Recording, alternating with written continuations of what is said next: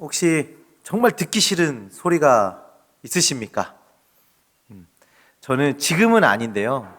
예전에는 저한테 안 웃기다 소리가 정말 듣기 싫었어요. 막 저한테 너 진짜 재미없다, 안 웃기다 이렇게 얘기하면 자존심이 막 상하는 거예요. 그래서 내가 안 웃겨? 내가 안 웃겨? 그러면서 상대방의 꼬투리를 잡아서 너도 안 웃겨! 이 얘기를 꼭 하고 싶었던 그랬었던 적이 있습니다. 네. 저는 정말 재밌는 사람이고 싶었나 봅니다. 그래서 한 번은 어렸을 때는 코미디언이 되고 싶기도 하고 좀 재밌는 것들이 있으면 막 따라하고 그랬던 기억이 있어요. 왜 그랬을까요? 제가 드러내고 싶은 모습이 분명히 있었기 때문에 그랬을 거고, 또 그것에 대해서 인정해주지 않는 것에 대해서 마음이 상했을 것입니다. 혹시 여러분도 그런 것들이 있으십니까? 오늘 본문을 보면 자신의 그 존재에 대해서 깎아내림을 당하고 무시를 당하는 사람이 등장을 하고 있어요.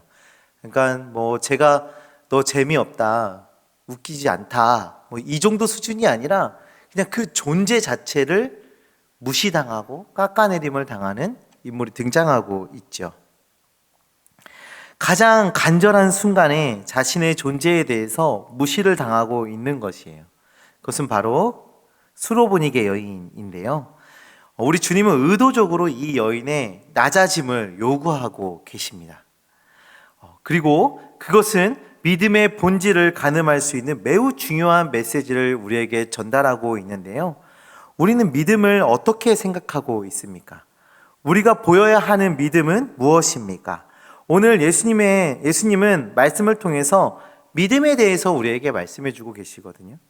제자들이 또 하나님의 백성들이 보여야 하는 그 믿음의 자세에 대해서 우리 주님이 말씀하고 계십니다. 오늘 본문을 통해서 참된 제자의 믿음을 확인하는 시간이 되고 그 믿음대로 살아가는 주님의 자녀들 되시기를 간절히 소망합니다.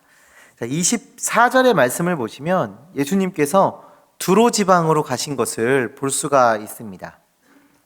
갈릴리에서 조금 위에 있는 지역인데요. 예수님께서 이방인들의 지역으로 가셨음을 우리에게 지금 보여주고 있는 거예요. 왜 예수님께서 이방인의 지역으로 가셨을까요? 당시에 예수님에 대한 소문이 이렇게 퍼져가고 예수님에게서 무언가를 바라는 사람들이 많아지기 시작했습니다. 그리고 예수님을 따르는 사람들이 아주 많아졌어요. 그래서 예수님께서 그 유대인들이 모여있는 그 지역을 벗어나서 좀 쉼을 취하시고자 두로 지방으로 지금 가신 겁니다. 그런데 성경에서 말하고 있죠. 예수님이 계신 곳을 감출 수가 없었습니다. 자, 그래서 25절 이하에 예수님께서 그곳에 계심을 알고 예수님을 찾아간 사람이 등장을 하고 있습니다.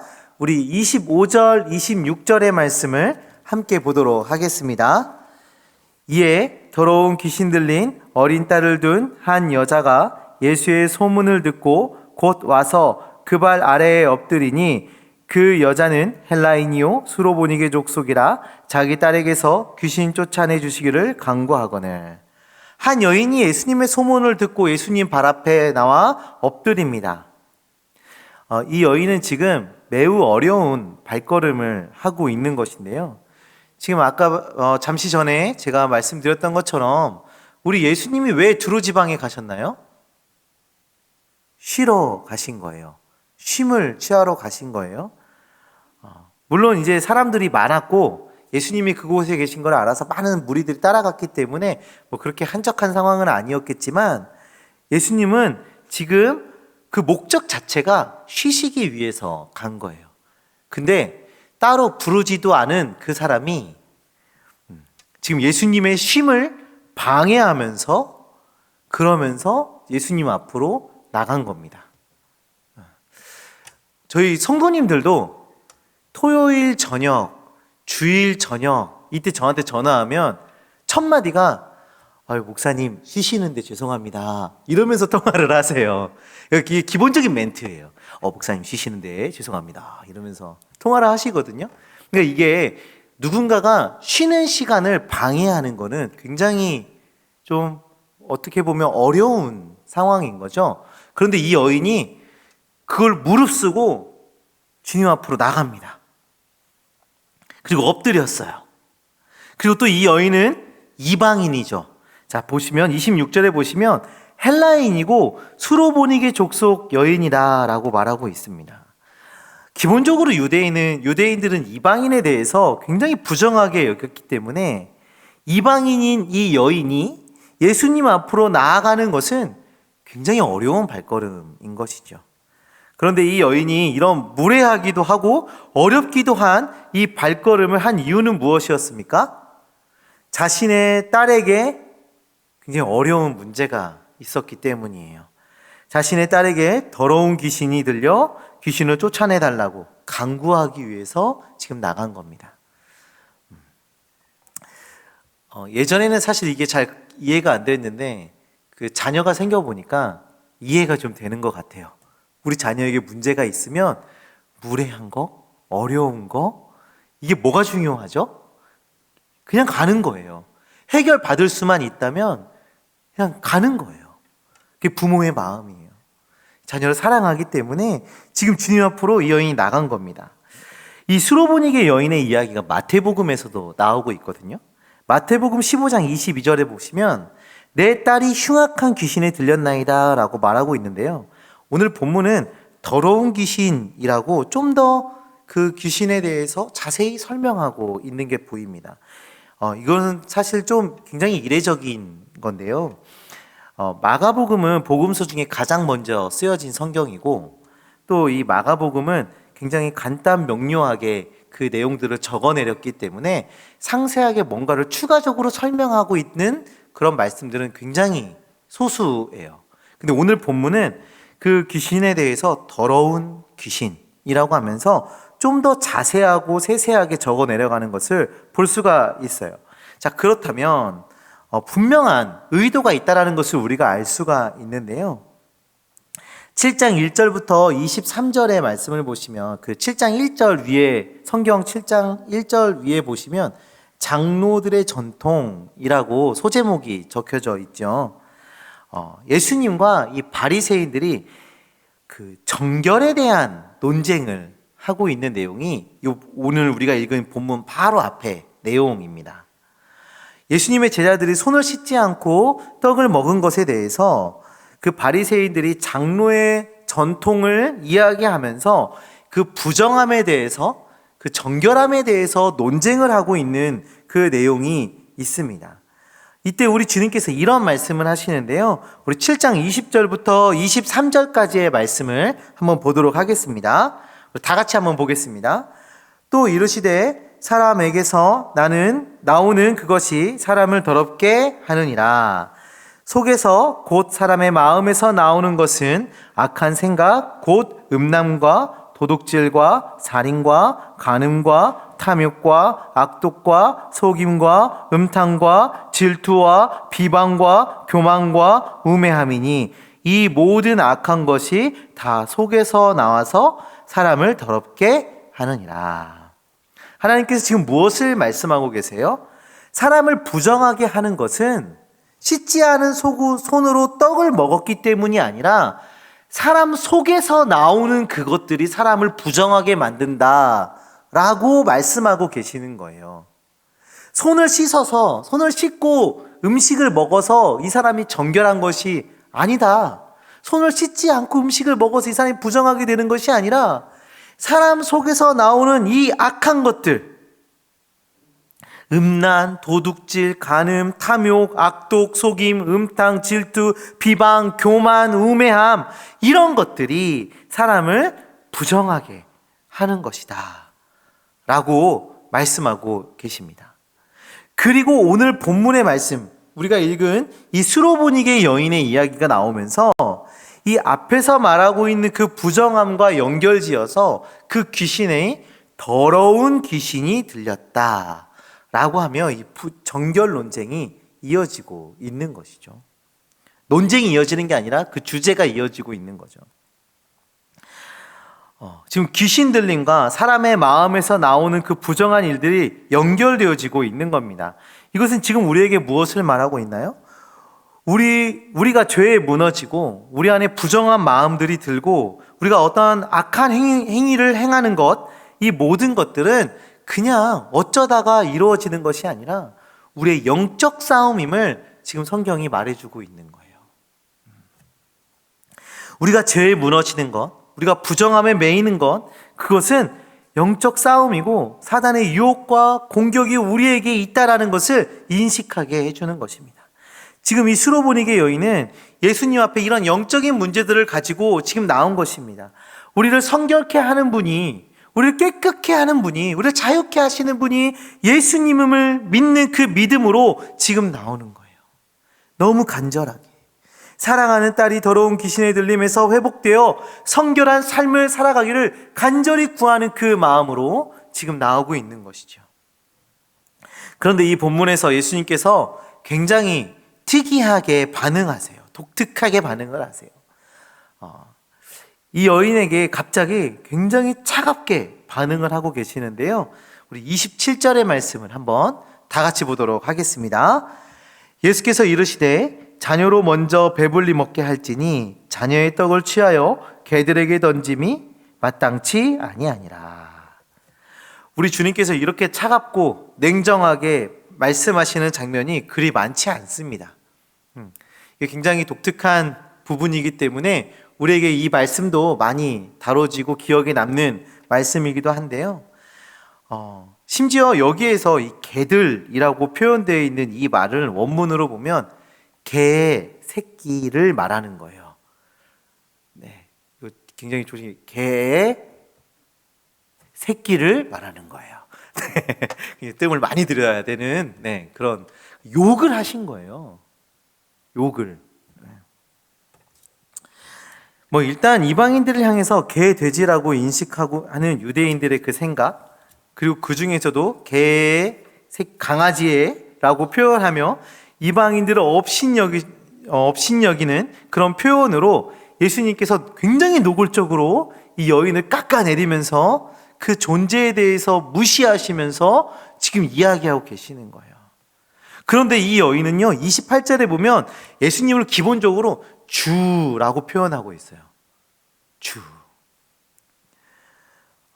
예수님을 주라고 부르며 간구하는 이 간구에 예수님을 굉장히 높이며 예수님을 주로 고백하며 간구하는 이 여인의 간구에 개라고 표현하고 있는 거죠.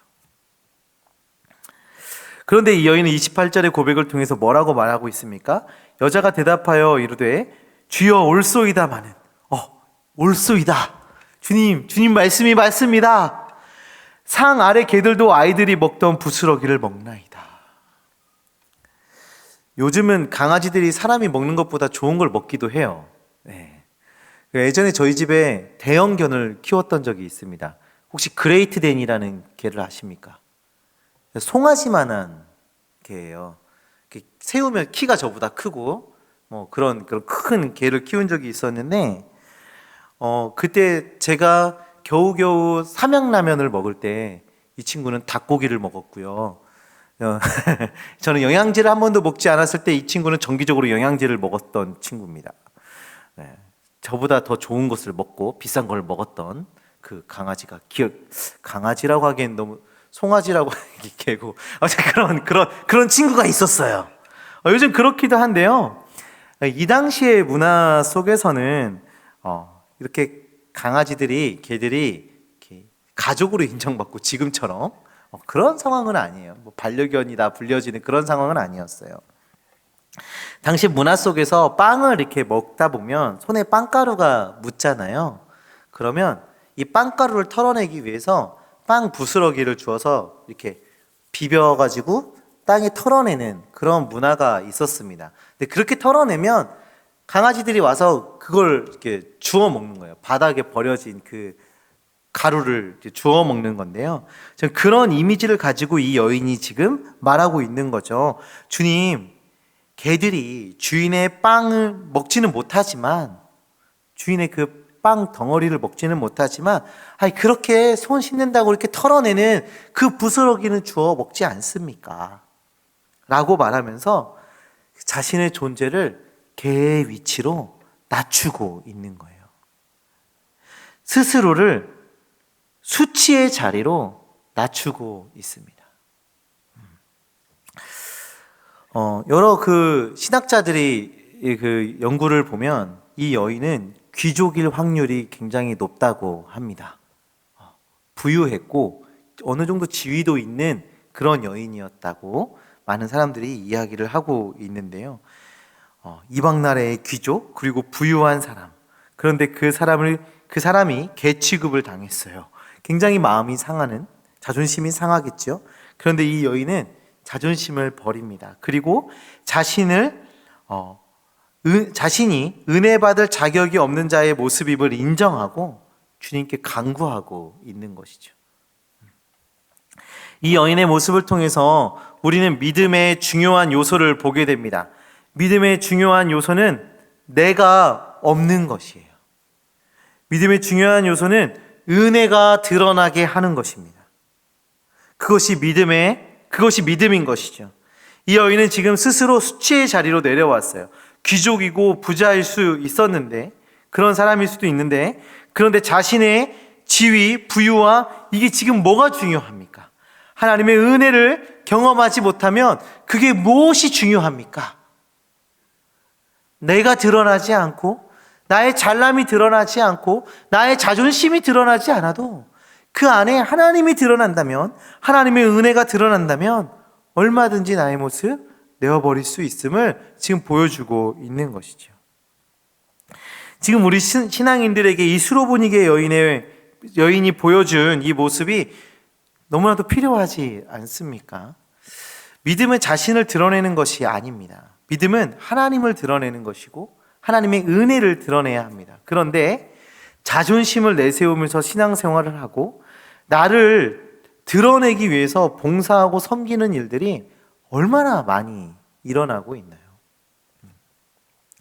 우리 주님은 그것을 믿음으로 보시질 않습니다.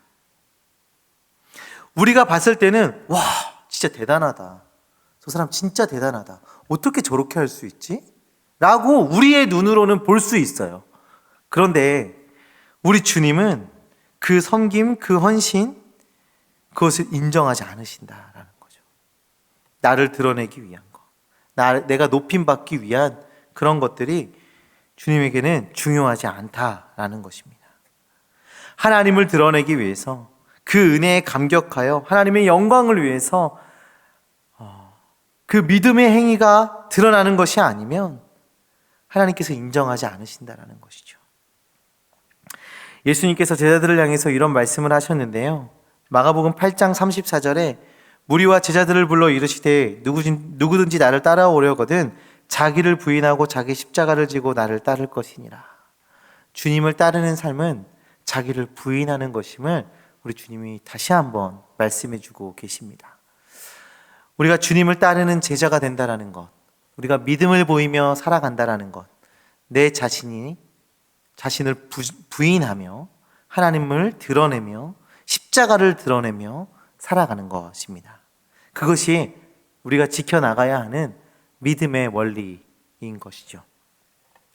사랑하는 청년부 여러분, 오늘은 수로보니게 여인들을 통해서 믿음의 원리를 확인해 보았습니다. 믿음은 자신을 드러내는 것이 아니에요. 믿음은 자기를 부인하고 겸손의 자리로 내려오는 것입니다. 하나님의 영광을 드러내는 것이 믿음입니다. 하나님께서 우리의 삶 가운데 믿음을 요구하는 순간들이 있어요.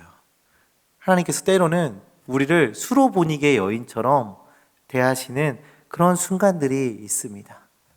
그럴 때 우리 청년들은 하나님 어떻게 그럴 수 있어요? 어떻게 나를 그렇게 무시할 수 있습니까?가 아니라 하나님의 영광을 드러내기 위해서 기꺼이 나의 모습을 내려놓는 주님의 자녀들 되시기를 간절히 소망합니다. 때로는 내 모습이 짓눌릴 수도 있고 때로는 내 모습이 무시당할 수도 있어요. 그런데 우리 하나님이 드러나는, 하나님의 영광을 드러내는 주님의 자녀들 되시기를 간절히 소망합니다. 그럴 때 우리와 또 우리가 사랑하는 이웃과 우리의 가정과 우리 교회와 이 나라가 성결해지는 놀라운 역사가 있을 줄을 믿습니다. 우리를 통해서, 제자된 우리를 통하여서 우리의 가정과 우리의 일터와 우리 교회와 이 나라와 내 이웃이 주님 앞으로 나오는 그 성결해지는 놀라운 역사를 경험하시기를 간절히 소망합니다. 그러기 위해서 믿음을 보이시고 나를 내려놓으시는 주님의 자녀들 되시기를 간절히 소망합니다. 우리 시간에 함께 기도하셨으면 좋겠습니다. 이 시간에 함께 기도하실 때 나 자신을 부인할 수 있는 능력을 주시옵소서 기도하시기 바랍니다. 나 자신을 부인할 수 있는 능력을 주시옵소서. 나를 드러내고 나를 자랑하고 내가 높임받기 위함이 아니라 내가 낮아지고 겸손하여지고 내 자신을 내어드릴 수 있는 그런 믿음 우리에게 허락하여 주시옵소서. 그리고 하나님만을 드러낼 수 있는 그런 믿음 우리에게 주시옵소서. 우리 함께 기도하는 시간 갖도록 하겠습니다. 기도하시겠습니다.